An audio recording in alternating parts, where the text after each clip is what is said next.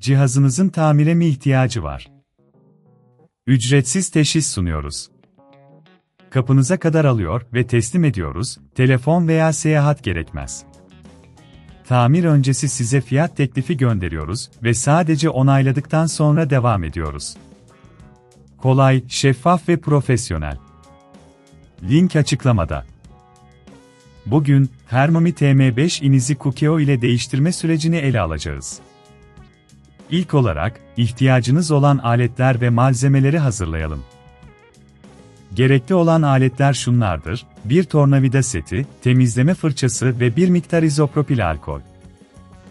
Bu malzemeler, cihazın içini temizlemek ve parçaları değiştirmek için gereklidir.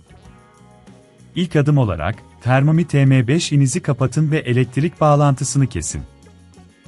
Ardından, tornavida ile cihazın arka panelini sökün. Paneli dikkatlice çıkarırken, vidaların kaybolmamasına özen gösterin. Vidaları bir kapta toplayarak ilerleyelim. Eğer bunun çok zor olduğunu düşünüyorsanız, evden alın ve teslimat hizmeti sunduğumuzu unutmayın. Profesyonel ekibimiz, cihazınızı evinizden alır ve onarımdan sonra size teslim eder. Arka paneli çıkardıktan sonra, iç kısımları temizlemeye başlayalım.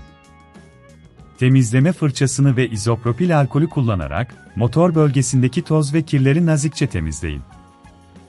Bu adım, cihazın performansını artırmak için oldukça önemlidir.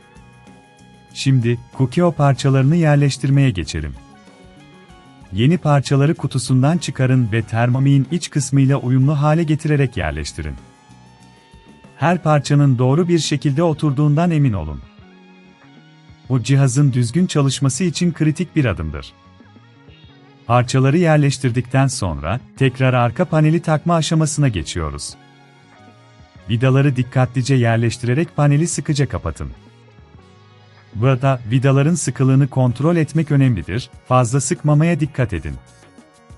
Tamir öncesi fiyat teklifi almayı unutmayın. Cihazınızın ne kadar masrafa sebep olacağını öğrenmek, bütçenizi planlamak için faydalı olacaktır. Özel hizmetlerimiz ile süreci daha da kolaylaştırabiliriz. Son olarak, Thermomix TM5'inizi güç kaynağına tekrar bağlayın ve test edin. Cihazın düzgün çalıştığını kontrol edin. Eğer herhangi bir sorunla karşılaşırsanız, telefon yok, seyahat yok diyerek profesyonel destek alabilirsiniz. Unutmayın, her zaman yanınızdayız ve size yardımcı olmaktan mutluluk duyarız. Cihazınızın tamire mi ihtiyacı var?